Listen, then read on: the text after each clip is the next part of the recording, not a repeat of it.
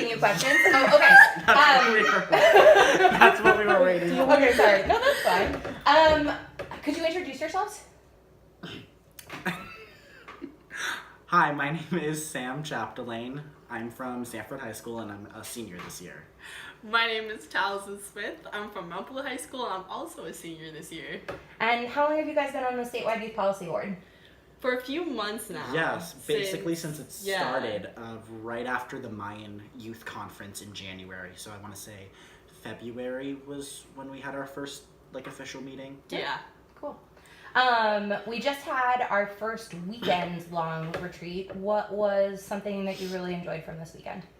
I really enjoyed spending time with everyone because for the past few months we've just been on video calls and that's not as personal and intimate, and I feel like this has been a really great bonding experience, getting to know everyone on a more personal level and having some really interesting conversations. I think that's been my favorite part. Yeah, I definitely agree with Taliesin. I loved being able to just we would just gather in a room and we'd all just talk. We had food and we were just talking about the goals that we had with the policy board and then just our personal lives, and we just got to know each other a lot better. I heard a lot of kind of deep conversations, and one of the things that I've heard in some of the video chats is that you guys talk about things in this group that you don't have a chance to talk about in other groups. Would you say that that's accurate? Oh yeah, Definitely absolutely. True. I think this group, it's way more supportive than just talking to someone one of my friends or someone from school. It's just way more less judgmental, and it's more. Yeah, I feel like I can get a lot more personal with this group, and it's most likely because it's not I'm feeling oh, well, if I say this now, I'm gonna have to see that person every single day of my life, knowing that they know this. It's one of those things where I know whatever I say stays in this group, and it's not gonna go anywhere that will affect me in any way, shape, or form. Mm-hmm. Would you talk a little bit about the timeline activity yesterday? Oh my god, the timeline activity.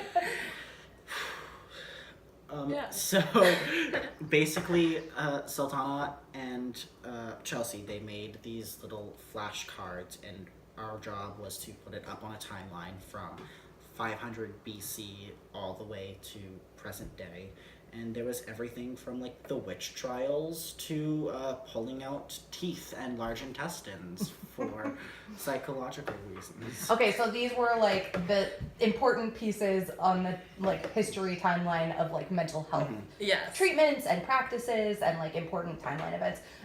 You did that as a group. What was something that you learned from that activity that you didn't know before? Or that stuck out to you? Pretty much all the events. I definitely did not know there was so much to it, and I'm glad we did it because now I know so much more. And also I never knew the time periods these things occurred in, and so that was the hardest part, is figuring out where each event went. But now that we know, and now that we know that it's actually happened a lot more currently and recently, that's just, it's interesting. What was something that has happened a lot more recently that you remember that you were surprised by? The torture, because I remember we were putting that in with the 1500s, and that actually happened in the 1900s. So the lobotomies and the teeth pulling Yeah. and electroshock therapy. Mm-hmm. One thing that really just shocked me was we haven't been as advanced as I thought that we would be.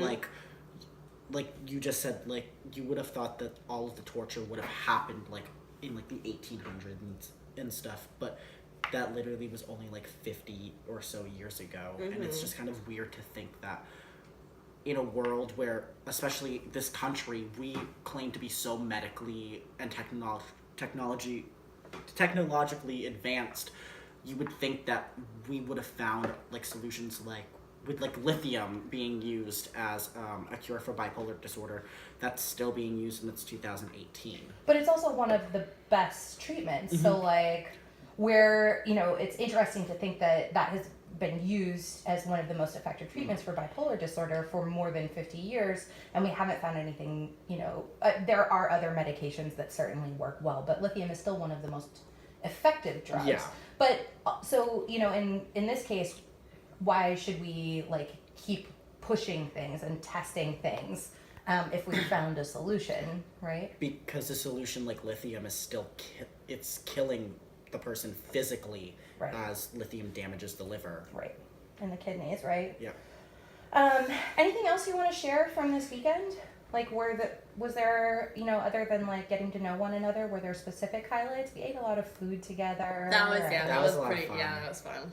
I think just being away from everything and just like having no interruptions and just kind of like being in our own personal space, sadly without cell service, it definitely just helped us like keep our minds like out of the outside world, and we were kind of just in like our little space up here. Awesome. And also, like, it gave us a really good opportunity to, like, actually talk to each other and, like, figure out what we're going to do in the future, which I think is something that we haven't been able to really, like, do because it has been, like, as personal as it's been, like, you know, like, here rather than, like, on, like, a Zoom call. So, yeah. I think that's definitely, like, the most, like, progressive. Like, this weekend has just been really progressive. Like, Yeah, it's been overall. super progressive, and we've gotten to know each other a ton, and like we had Ellie join us, and that was just an amazing experience because we hadn't ever met her before because she hadn't been on any of the calls, and yet she's literally in the last 48 hours she's become part of this group so much, and I feel like this group has just gotten stronger over this weekend. Awesome.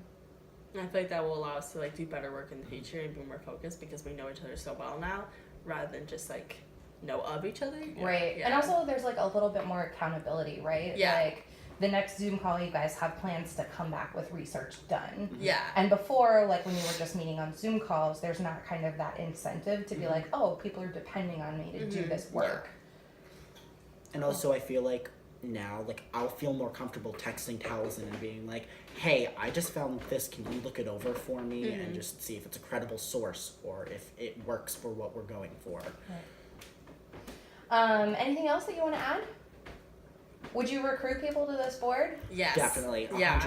So we're recruiting for the statewide policy board in the upcoming school year. If you are interested, you can email Sultana